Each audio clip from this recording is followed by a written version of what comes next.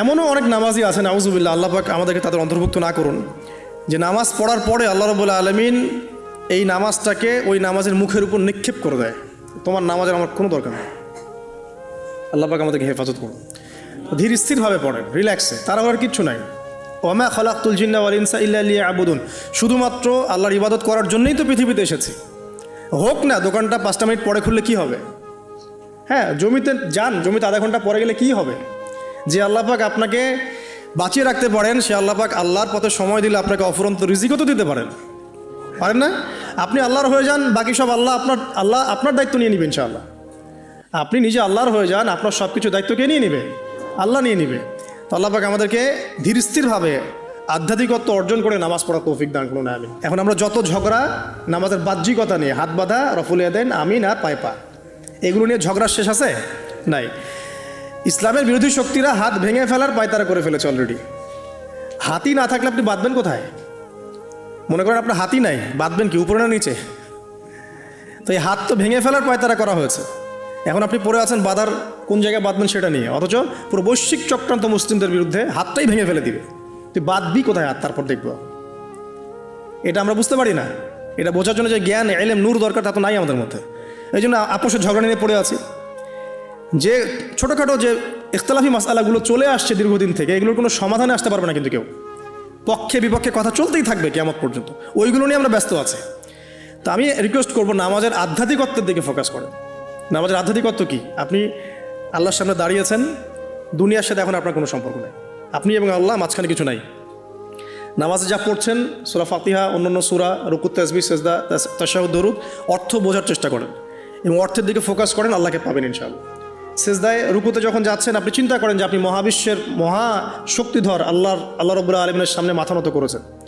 আপনি চিন্তা করেন যে আল্লাহ আপনাকে দেখছেন। এখন যখনই মানুষ নামাজে দাঁড়ায়, আল্লাহ পাক তার দিকে দৃষ্টি নিবদ্ধ করে, এবং যখন মানুষ এদিক ওদিক তাকানো শুরু করে নামাজে, আল্লাহ পাক মুখ ঘুরিয়ে নেন। হ্যাঁ, নামাজে ওই যে আমরা যে ডিজিটাল নামাজ পড়ি না, এখন ডিজিটাল মানে 4 রাকাত নামাজ 4 মিনিটে শেষ। এক রুকু করলে সেজদা পাওয়া যায় না, সেজদার তাসবিহ পড়লে আবার এদিকে দেখা যায় যে দ্বিতীয় সেজদায় চলে গেছে অলরেডি ওঠার আগেই। অনেক ক্ষেত্রে ইমাম সাহেবরাও খুব দ্রুত নামাজ পড়ান, অনেক দ্রুত পড়ান। এত দ্রুত নামাজ পড়াবেন কেন? নামাজ জামাতে পড়লে সংক্ষিপ্ত করতে বলা হয়েছে, কিন্তু এত দ্রুত তো পড়তে বলা হয় না।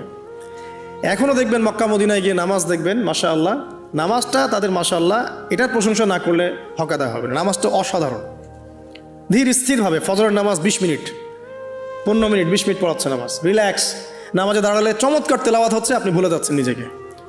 তেলাওয়াত হবে চমৎকার, এবং সবচেয়ে ভালো যিনি তেলাওয়াত করতে পারেন তাকে নামাজে দিতে হবে। রিল্যাক্সে নামাজ পড়বে। ক্ষেত্র বিশেষে আপনি শর্ট করতে পারেন, কিন্তু সবসময় কেন আমরা 4 রাকাত নামাজ 3 মিনিটে শেষ করে দিব?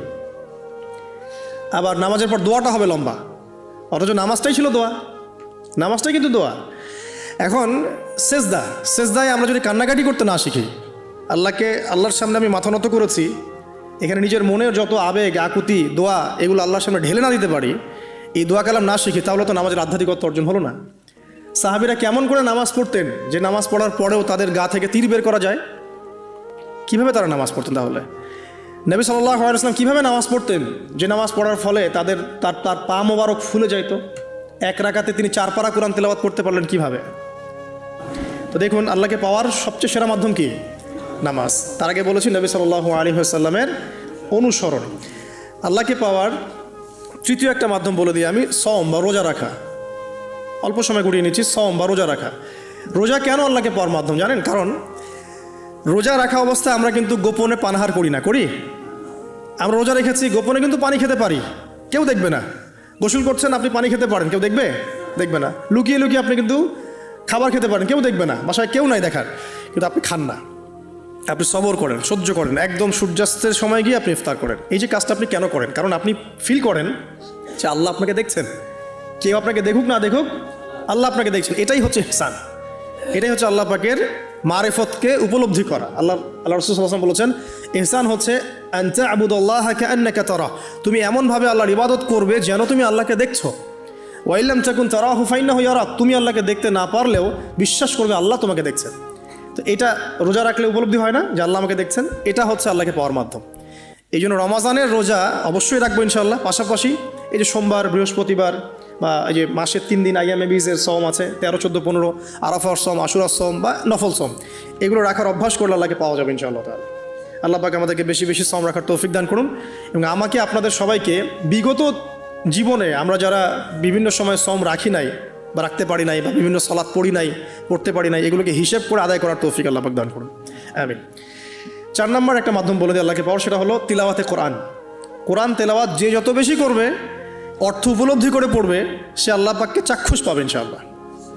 মানে আল্লাহ রাব্বুল আলামিন একটা চিঠি দিয়েছেন, মনে করেন আপনাকে, আপনার একজন কথার কথা এক্সাম্পল দিচ্ছি, যে আপনার কোনো একজন বন্ধু আছে অনেক দূরের কোনো দেশে, তা আপনি তাকে দেখেনও নাই, আপনি তাকে চিনেনও, মানে আপনি তার চেহারা দেখেন নাই, তাকে চিনেন না, তার সাথে যোগাযোগের মাধ্যম হচ্ছে আপনার চিঠি বা মেসেজ, ঠিক আছে? এখন সে আপনাকে কিছু মেসেজ পাঠালো, এই মেসেজের মধ্যে সে কিছু ইনস্ট্রাকশন দিয়েছে যে এইগুলো করতে হবে, এগুলো করতে হবে, বা আপনার প্রতি ভালোবাসার ইজহার করছে। এখন এই মেসেজটা যদি আপনি পড়তে পারেন, তাহলে আপনি আপনার বন্ধুর সাথে একটা কানেকশন তৈরি করলেন না? বুঝতে পারছি না? আচ্ছা, এখন সমস্যা হচ্ছে কি, আমরা ওই মেসেজটা পড়তেই পারি না, আমরা তো কোরআনটা পড়তেই জানি না, তাহলে মেসেজটা পাবো কীভাবে?